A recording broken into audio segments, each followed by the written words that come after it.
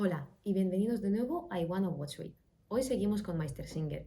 Como sabéis, Meister Singer es una marca alemana y el diseño de estos relojes es muy peculiar en el sentido de que tiene solamente una aguja. Hoy tenemos aquí un Stratoscope, uno de los dos relojes que tiene fase lunar, así que vamos a verlo con detalle. Entonces, el modelo Stratoscope es el segundo modelo que hace Meister Singer con fase lunar. Y aquí básicamente tenemos una caja de 43 milímetros y podemos ver que tiene una esfera, a mí me parece precioso el efecto degradado de negro a azul, y la fase lunar, lo que es la luna llena, parece una foto realista, no, lo siguiente. Como hemos dicho, Meister Singer son relojes monoaguja. ¿Y cómo podemos decir qué hora es teniendo solamente una aguja?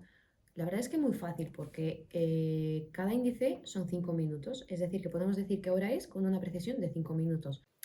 Era un poco la idea del fundador de Meister Singer, que decía que la perfección no se mide en segundos y que no deberíamos vivir una vida tan frenética. Ahora, vamos a ver qué tal se queda en la mano. La verdad es que al ser un reloj de 43 milímetros, que tampoco es muy grueso, pesa bastante.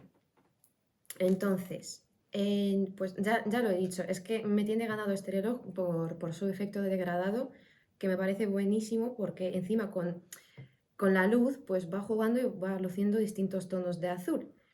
Y la luna también me tiene conquistada. Gracias por vuestro tiempo, mañana seguiremos y os recuerdo que durante las próximas 24 horas vais a tener condiciones especiales de compra para productos seleccionados.